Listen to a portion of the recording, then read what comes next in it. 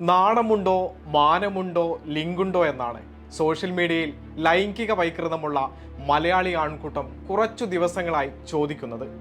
ബോളിവുഡ് സംവിധായിക പായൽ കപാഡിയയുടെ all we imagine as light എന്ന ചിത്രത്തിൽ ദിവ്യപ്രഭയുടെ സെക്കൻഡുകൾ മാത്രമുള്ള രംഗങ്ങളെക്കുറിച്ചാണ് ഉയരുന്ന ഈ ചോദ്യം. ഈ രംഗത്തിൽ അഭിനയിക്കാൻ നാണമുണ്ടോ, മാനമുണ്ടോ എന്ന് ദിവ്യയോട് ചോദിക്കുന്ന ഒരു വിഭാഗം പുരുഷന്മാർ ഒരു നാണവും മാനവുമില്ലാതെയാണ് ഇതേ വീഡിയോയുടെ ലിങ്ക് ഉണ്ടോ എന്ന് സോഷ്യൽ മീഡിയ പ്ലാറ്റ്ഫോമുകളിൽ വന്ന് ഇപ്പോഴും ചോദിക്കുന്നത്.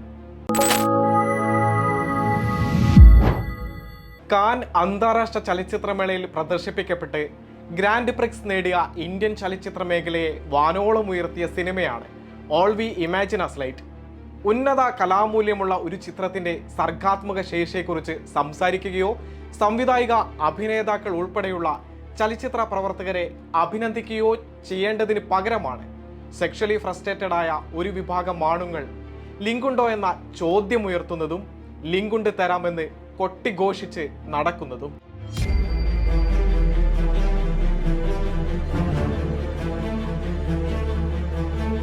തിരക്കഥയോട്, കഥാപാത്രത്തോട് 100% നീതി പുലർത്തി കാണികൾക്ക് ഒരു അസ്വാഭാവികതയും തോന്നാത്ത വിധത്തിൽ ദിവ്യപ്രഭ അഭിനയിച്ച നഗ്നമായ മാറിടം കാണിക്കുന്നതും പ്രണയരംഗത്തിലെ നഗ്നതയുമാണ് ലൈംഗിക വൈകൃതമുള്ള പുരുഷന്മാർ ലോക മലയാളികളെ ലജ്ജിപ്പിക്കുന്ന വിധത്തിലേക്ക് ആഘോഷിക്കുന്നത്.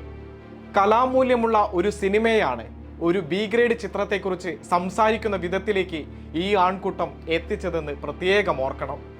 അഭിനേത്രി എന്ന നിലയിൽ ദിവ്യ ചെയ്ത മികച്ച രംഗത്തെ വെച്ച് അവർക്കെതിരെ രൂക്ഷമായ ലൈംഗികാധിക്ഷേപമാണ് നടക്കുന്നത്. ദിവ്യപ്രഭയുടെ നാണത്തിനെയും മാനത്തിനെയും ചോദ്യം ചെയ്യുന്നവരോടുള്ള മറുചോദ്യം നാണമുണ്ടോ, മാനമുണ്ടോ എന്ന് തന്നെയാണ്. ലൈംഗിക വൈകൃതമുള്ളവർ ആഘോഷിക്കുന്ന ഈ രംഗത്തെക്കുറിച്ച് സെൻസർ ബോർഡ് പോലും മറിച്ചൊരു അഭിപ്രായം പറഞ്ഞിട്ടില്ല. മാത്രമല്ല, ഈ രംഗം വെട്ടിമാറ്റാതെ ചിത്രം ആവശ്യപ്പെടുന്ന ഭാഗമാണെന്ന് അണിയറ പ്രവർത്തകരോട് പറയുകയാണ് സെൻസർ ബോർഡ് ചെയ്തത്. ഏകാന്തതയും മനുഷ്യബന്ധത്തിന്റെ അനിവാര്യതയുമാണ് ചിത്രത്തിന്റെ പ്രമേയം. കാൻ ചലച്ചിത്രമേളയിൽ പ്രദർശിപ്പിക്കപ്പെട്ട് ആഗോളതലത്തിൽ ചർച്ചയായതിനു പുറമെ നിലവിൽ ഗോവ അന്താരാഷ്ട്ര ചലച്ചിത്രമേളയിൽ പ്രദർശിപ്പിക്കുന്ന ചിത്രത്തിന് വലിയ സ്വീകാര്യതയാണ് ലഭിക്കുന്നത്. പുറമെ കേരളത്തിലും രാജ്യത്തെമ്പാടുമുള്ള തിയേറ്ററുകളിൽ സിനിമ പ്രദർശിപ്പിക്കുന്നുണ്ട്. ഒരുപാട് ഡയലോഗുകൾ പറയുന്നതിന് പകരം പലപ്പോഴും നിശബ്ദത ചിത്രത്തിന്റെ മാധ്യമമായി മാറുന്നുണ്ട്. കഥാപാത്രങ്ങളുടെ ആന്തരിക സംഘർഷങ്ങൾ കാണികൾക്ക് തന്റെ അനുഭവമായി തോന്നും.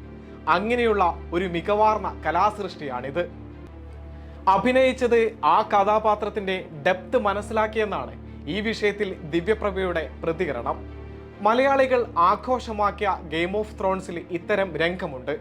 അതിനെക്കുറിച്ചൊന്നും എന്തുകൊണ്ട് ഇത്തരത്തിൽ സംസാരിച്ചില്ലെന്നുമാണ് ദിവ്യപ്രഭ ചോദിക്കുന്നത്. കപട സദാചാര ബോധമുള്ള ലൈംഗിക വൈകൃതമുള്ള ആൺകൂട്ടത്തെ പൊള്ളിക്കുന്നതാണ് ഈ ചോദ്യമെന്ന് ഉറപ്പാണ്. ബിരിയാണി സിനിമ ഇറങ്ങിയപ്പോൾ കനി കുസൃതിയുടെ ഹാഫ് ന്യൂഡിനെ കുറിച്ചും ഇതേ രീതിയിൽ ആഘോഷിക്കപ്പെട്ടിരുന്നു. ഈ ലോകത്ത് ആവശ്യത്തിലധികം പോൺ വെബ്സൈറ്റുകളും എണ്ണിയാലൊടുങ്ങാത്ത പോൺ വീഡിയോകളും ഉള്ളപ്പോഴാണ് ഇതുപോലെയുള്ള സംഭവമെന്ന് ഓർക്കണം. വൈകൃത മനോഭാവമുള്ളവരുടെ പരിഹാസ ശരങ്ങളിൽ പെട്ടുപോകാതെ സധൈര്യത്തോടെയാണ് കനിയും ഇപ്പോൾ ദിവ്യയും തങ്ങളുടെ കലാജീവിതം മുന്നോട്ട് കൊണ്ടുപോകുന്നത്.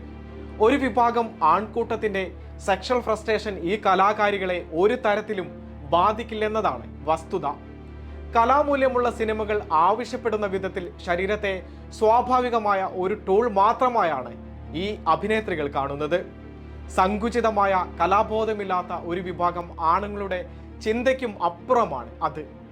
അതുകൊണ്ട് തന്നെ കനി കുസൃതിയെയും ദിവ്യപ്രഭയും പോലുള്ളവരുടെ അഭിനയ ജീവിതവും നിലപാടും ഇങ്ങനെയുള്ള ആൺകൂട്ടത്തിന്റെ ഷോക്ക് ട്രീറ്റ്മെന്റായി മാറുമെന്നത് ഉറപ്പാണ്.